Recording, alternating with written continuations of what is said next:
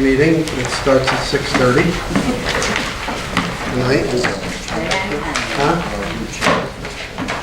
Yeah, that's on there. That's under B. So we'll call our Budget and Finance Committee meeting to order. Discussion, privilege of the committee chair, committee members, legislators to discuss items of interest regarding departments governed by this committee. We do have, I'll just say that we do have two add-on resolutions that everybody has a copy of. And with that being said, we'll move into B, which is Chamber of Commerce and a presentation and budget update.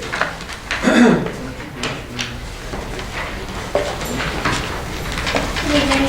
I believe Cheryl handed out the budget we submitted for the year. I can go over that or give any questions.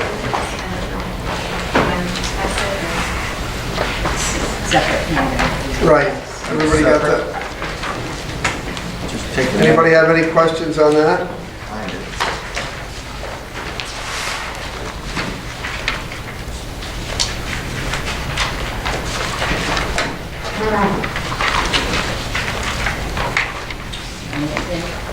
No, not yet. I have so many papers.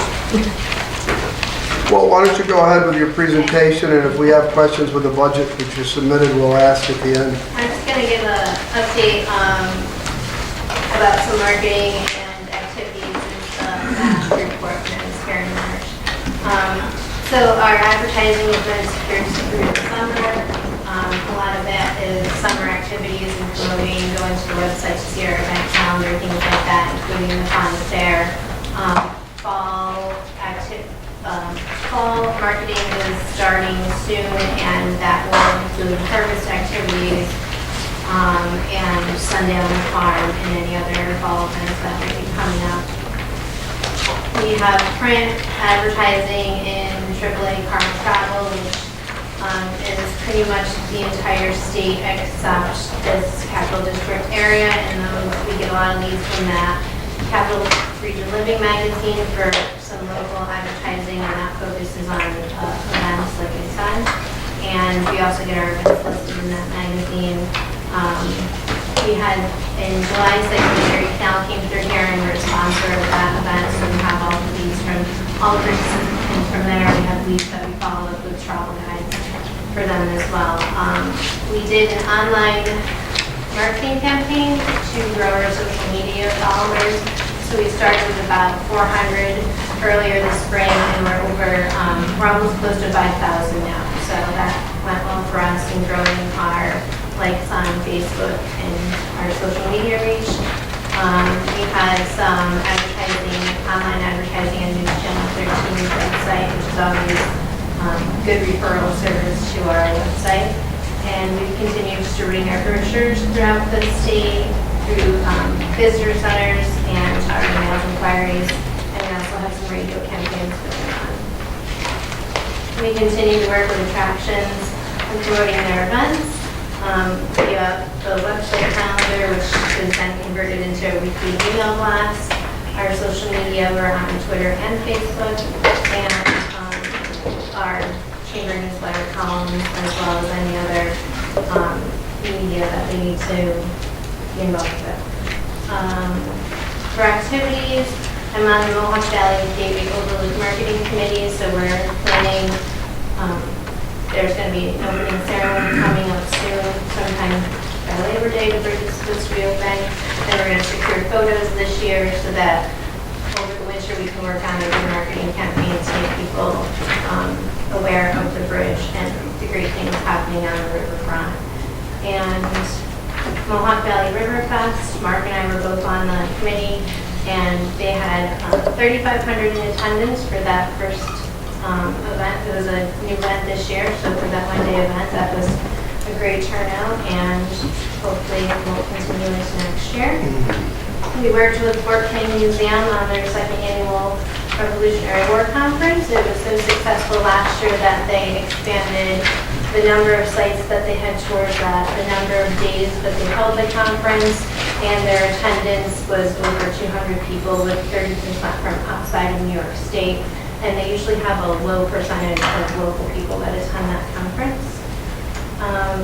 We also worked with them on the Mohawk Country Revolutionary War themed materials, and they've expanded their distribution to Cooperstown and Saratoga with that brochure.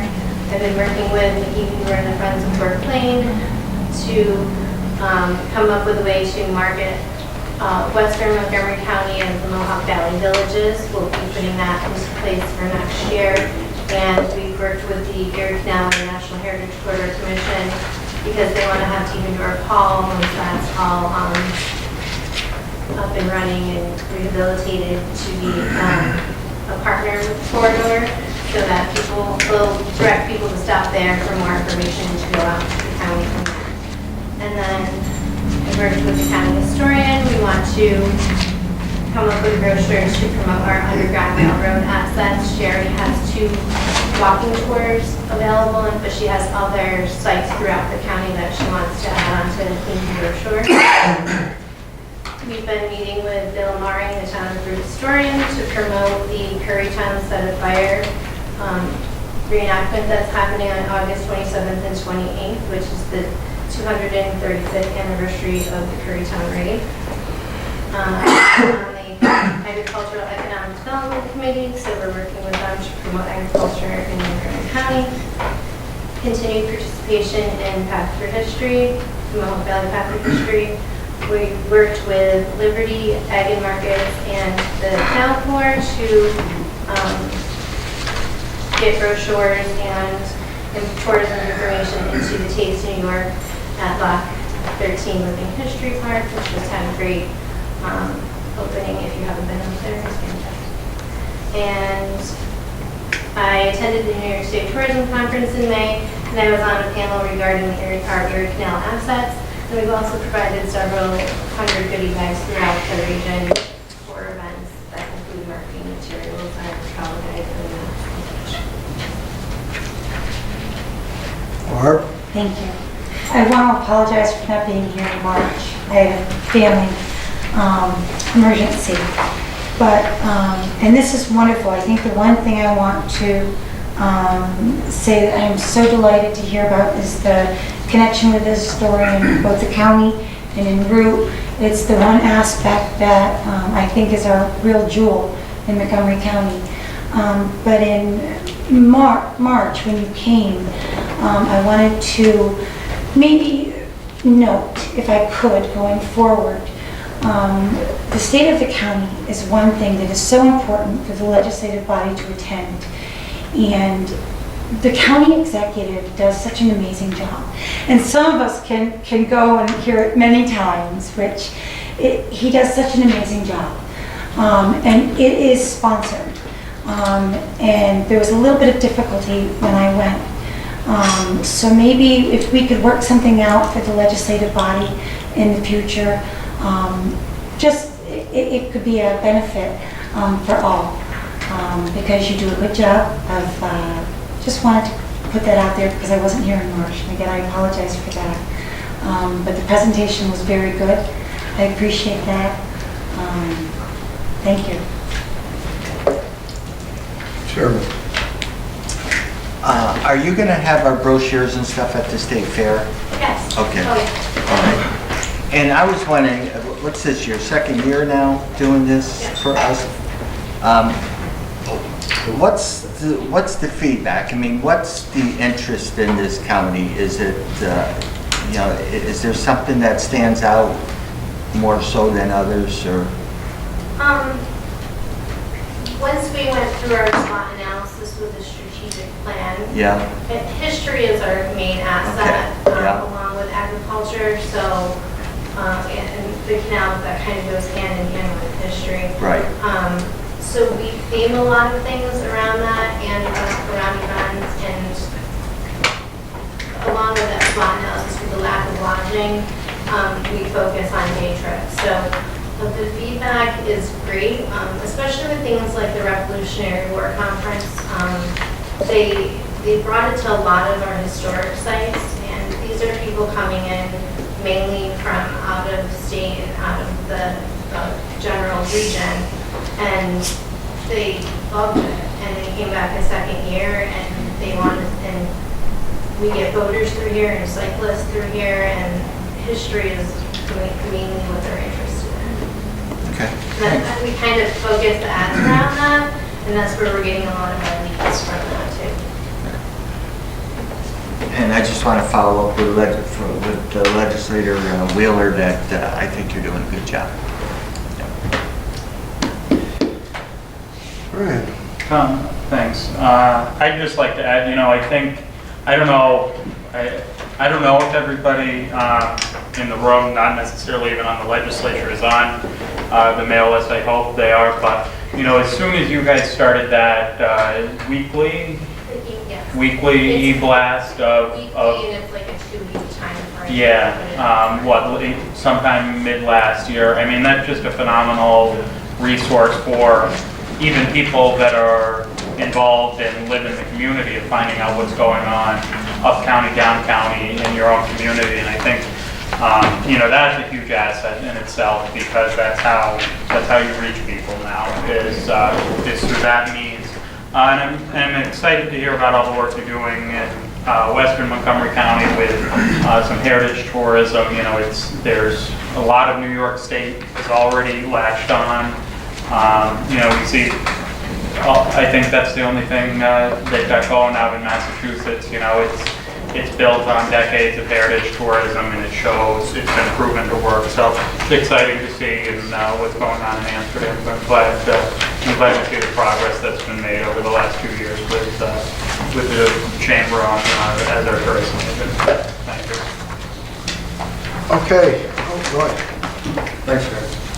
I wanted to concur also with my colleagues on the great job you, Gina and Mark are doing, and especially the August 27th Currytown set on fire, which is in District 3, and your work with Matt and Tom, historian Bill Mayer. I think it's going to be a great event. Like you mentioned, it was the anniversary of the raids on Currytown, so thank you very much for that. Robert? I'm just pleased that you reacted to some of our requests last year, and I really think our relationships have gotten solider. Not really a budget question on your end, but you do a lot of paper printing and things like that. Did you ever consider using the Montgomery County State Processing Printing Department to produce some of those so you can keep some of the funding with us? I can ask. I can see what their quality is and how it would print. And the printing, as far as maps and traffic, that comes through the matching funds line item. All right. Thank you very much. Moving on. Thank you. First resolution is a bond resolution of the County of Montgomery, New York, dated August 23rd, 2016, authorizing the acquisition and installation of a new central control system for the county's public safety building, estimating the aggregate cost thereof to be $840,000, appropriating said amount therefor, and authorizing the issuance of $850,000 serial bonds of the county to finance said costs and related expenses. This resolution would need a sponsor and a second.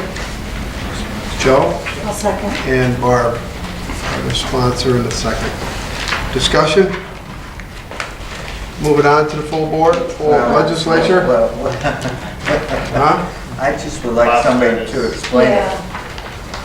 Oh, Sorry, but we had a capital budget meeting, and we agreed to move it on to next year and do a study on it, but apparently something's changed. Yeah, I can speak in general, and I'm sure Justin could add some specifics where my technical expertise lies. We had a weather situation, I guess, lightning strike, fried some of our surge protectors. We took some action to fix that. It's basically my understanding of it is because the surges were fried, there was dirty energy going into the system. They got into the software and wreaked havoc in the computer system up there. So really the solution was a two-step process. The first step was to ensure that the energy was protected that was going in. That has been going on. Paul has been working on that. And we were able to not manipulate, but use some dollars that were in Paul's budget currently to pay for that, because I felt like it was something that we didn't have time to wait, and I had to make that call. We're going to have to address that funding source at a later point, hopefully sooner than later. But the second part of this is to fix the system that was fried. And I think that's what Justin can talk about it a little more. I went up and did a tour of the facilities and looked at what they're working with, and was explaining some of the problems we have. There's no doubt about it, it's needed. But this was, as you said, Terry, this was not something we were expecting to do this year. However, after the lightning strike, it put it front and center on the radar. We had sort of an emergency meeting. Sean was there, I was there, the sheriff, Justin, I think maybe even Megan? No? Not that one.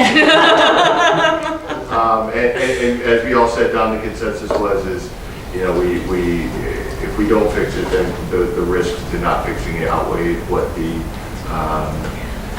costs were to fix it now. So that's how we got to where we are. As far as the system goes, or any other questions you have, Justin can answer. I will say we are putting in a claim for the to our insurance company. However, again, this stuff is very old, and the depreciation of the value over the years is not.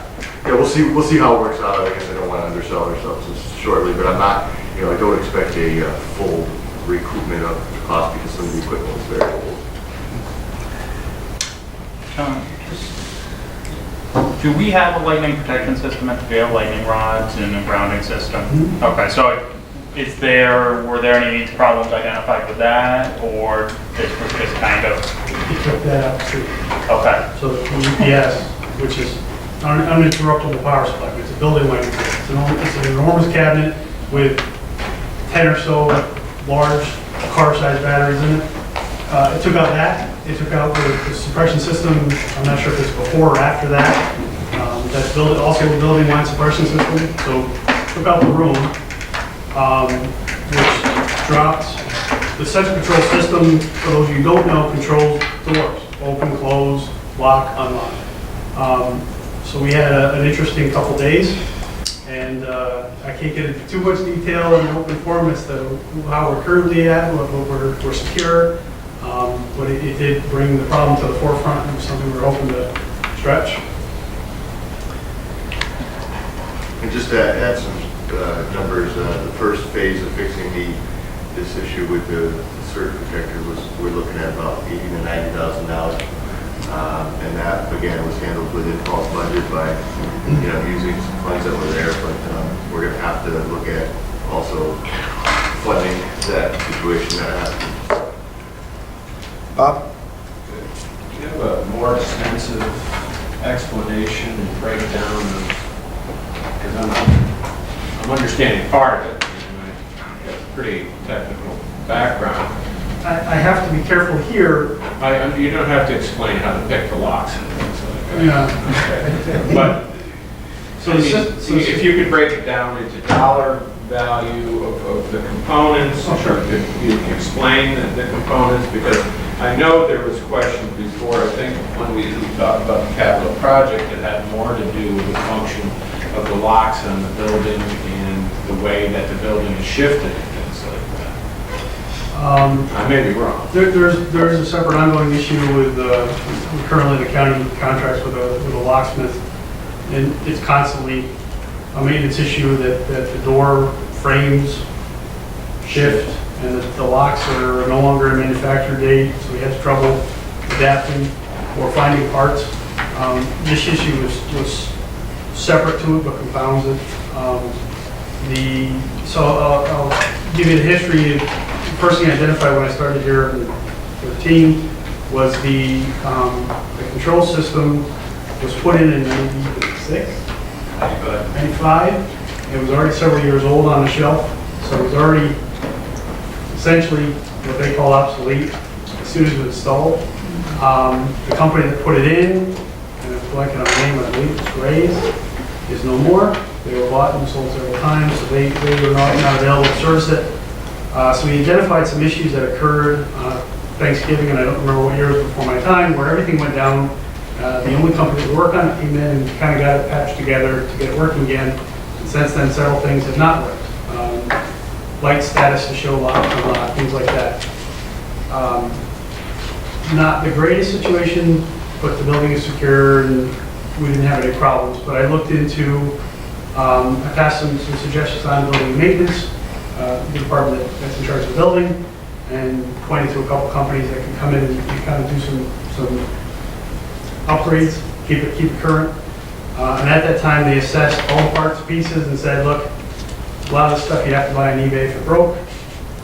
The head end's obsolete. We can't even really do much to it. We have to replace the head end. We got some prices together.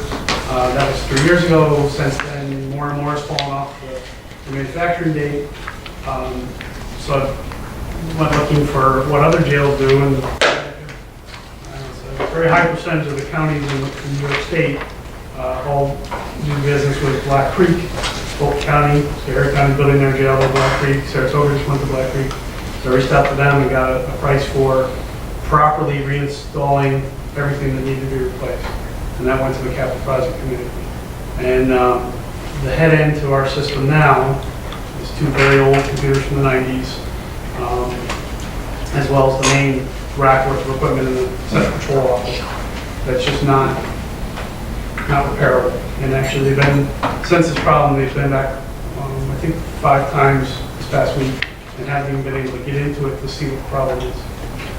So I guess having a hard time understanding is the capital projects was for $850,000 before the Viking struck, and that was to replace the mechanism. it should have been for the controls of the mechanism. Okay, well, controls, but now we're going to replace those and the computers and the, It would just be the controls and the panels in each pod, and then the central control to control the mechanism, not touching the mechanism. and that piece of equipment you said that had the batteries in it, that was separate. And that's something That's that right. Paul's working on. Okay. separately. And do we have any idea of an insurance claim, what we would expect? I spoke to Jack recently, and Megan is going to be working on that over the next couple of days. Again, because the stuff is so old, with the depreciation over the years, we're not expecting a huge return. However, we do still think we have a viable plan. That's the most detail I can give right now, until we actually process it and get a response. And I will say, when I went up and looked at the computer systems that we have, I mean, essentially what is running the jail looks like 2 home towers that you would have for your personal computer. And it was an eye-opening experience seeing that and having it explained. So I think it was easier for me to understand, so I would encourage anyone that has some more questions to take a visit and go to that room and see for yourself what is currently operating everything, and it was pretty apparent to me that. Is there any other possible grants or funding that might be available to help us with this? I've yet to see one, and with the liability involved, I doubt very many grants would openly want to. You can't get grants for guns, you can't get grants for, I doubt you can get grants for it's certainly not in the time period we need to replace. Like Justin said, the system is a very reputable and used frequently in other counties. So I know that gave me some comfort in making this decision, because again, our neighbors to the north and south will use this system. They've had good feedback on it. I think the real issue of it is again, the timing. This is not something we really wanted to deal with right now. I guess my struggle on now is we're heading for, we need to make like $5 million in our budget. We're talking about taking another $850,000, well, financing $850,000. And knowing the importance or safety of both the community, the COs, and the inmates. So it's I would answer that frustrating. with 2 things. It is frustrating. I think the first consequence of this is going to be some modifications to the capital plan. And the second consequence, well, the second situation that comes up is, one of the things that I really weighed heavily on me was, if we did not make this upgrade and then something happened, I think the risk there is just as great as the financial risk or the financial, consequences of doing this now. I'm not speaking out loud, anybody that got forbid something happened and we had an inmate, get out or something along those lines. I'd much rather deal with a bond of $900,000 that's over a period of time, we know exactly what it is, than dealing with some unforeseen situation that's going to really make our lives miserable. Terry, Ryan, Barb, and Joe. This question's actually for Sean and Matt, but Matt touched on this. We moved some things out because we're trying to keep the capital projects down. So my question is, are we going to maybe swap projects because we're doing this year? What's probably going to happen is some of the projects are going to be pushed out here. All right, so we'll just switch. Terry, should this go forward, I think the Capital Projects Committee should absolutely get back together one more time before I have to include it with my executive budget. Okay. And make necessary adjustments. Yeah, that's a good idea. And the company that you're talking about, the new company that Fulton County has the same company? Black Creek. Okay. So, and then you would get a maintenance coverage on it? They actually, were nice, kind of, to offer to come help us now as part of they have to come learn the system anyway to rebuild it. Come help us now and put in the new system and get us on our feet with the included cost of the system itself. Just so you know, and I know that me and the sheriff had these talks, that when I was up there and our maintenance, we can't work on those systems. They're just too far advanced. So I know we tried to get somebody in to maintain those doors, but there wasn't anybody. So, but if you do get a reputable company, get the maintenance service agreement, and then we should be all set. Yeah. Problems like they alluded to earlier, when the jail was built, the next year that company was out of business that created that software.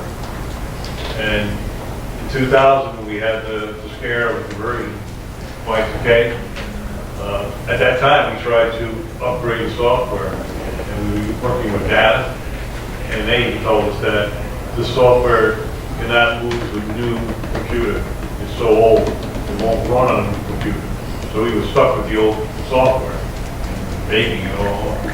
I actually looked at Black Creek back then. Yeah. And they wanted $1 million back then to do one pod in the brain. So. Ryan? My question was going to be on the impact of the capital budget, so I'm all set. Sure. I forgot if it was Joe or Barbara, but somebody. Barb? Yeah. I was just gonna say, my first or second year here, we had a $70,000 or $80,000 surprise thing we didn't anticipate, and it was right after the beginning of the year. So things come up that we don't plan, and it can be a very expensive thing. It was a natural disaster, it was an act of God sometimes, and that may be what the insurance company says, I don't know. My other question was answered before I asked it. So I do understand sometimes when things like this happen, unfortunately. So that's what we're here for. Giuseppe? Yeah, they think it was a lightning strike. It was definitely power outage, and it was late, at the very least, surge. Okay. But there was a lightning storm at the time of power outage. I don't know how we can tell, maybe the weather service could tell us. Well, you can tell when it's through your surge protector that it's probably coming from that direction. Unfortunately, the UPS that has a kind of a brain computer to it, cooked. If it had come in some other way, it would have not taken out the emergency power. I'm assuming the surge protector didn't do its Yeah, job. probably got hit too hard. Those things go down sometimes. Thank you. Move it to the legislature. Move. Next resolution, resolution amending the 2016 operating budget history and archives, needs a sponsor in a second. Second. Ryan and Barb. Discussion, it's an $8,000 grant. Swap of money going in, money going out, is that correct? Move it to the full legislature. Move it. Resolution authorizing Montgomery County Treasurer to carry out journal entries in relation to revolving loan fund economic development. Needs a sponsor and a second. Sponsor. Roy, second. I'll second. Discussion. Move it to the full legislature. Yeah. Good. Resolution authorizing the amendment of the 2016 operating budget, mental health. Sponsor. Second. Roy, Barb. Discussion. Wait, you just, What I missed? District attorney. It's not on the agenda, is it? yes, Where is it? Oh, it's not at the, I don't see it on it's the not at agenda. the top, you're right. there's a resolution for the district. All right. It's attached to the agenda. Can that be after the one I just announced, or should I do that first? All right, so we have a sponsor and a second on the resolution for mental health. Ryan and Roy and Barb. Move that to the full legislature. Yep. All right. Now we'll go to the resolution amending the budget with forfeiture monies, district attorney. Needs a sponsor and a second. Barb, second. Bob. $579.23. Move it to the full legislature. Move it. We have, under other, well, we have two add-ons. Before we do the add-ons, I want to remind everybody, don't forget Thursday night at 4 o'clock, we meet again. We have Mike McMahon, Social Services, and then talk about our timeline and such. Last two add-ons, resolution approving abstract of audited claims. Needs a sponsor and a second. Sponsor. Barb, Bob. Discussion. Move it to the full legislature. Move it. Last add-on resolution we have is a resolution authorizing the county executive to sign power purchase agreement with Socor. That's how you say it. Socor Energy needs a sponsor and a second. Sponsor. Barb, second. Bob, discussion. Move it to the full legislature. Move it. That completes our night, unless we have anything else under other. Nope. Motion to adjourn, second. Second. See you all Thursday night.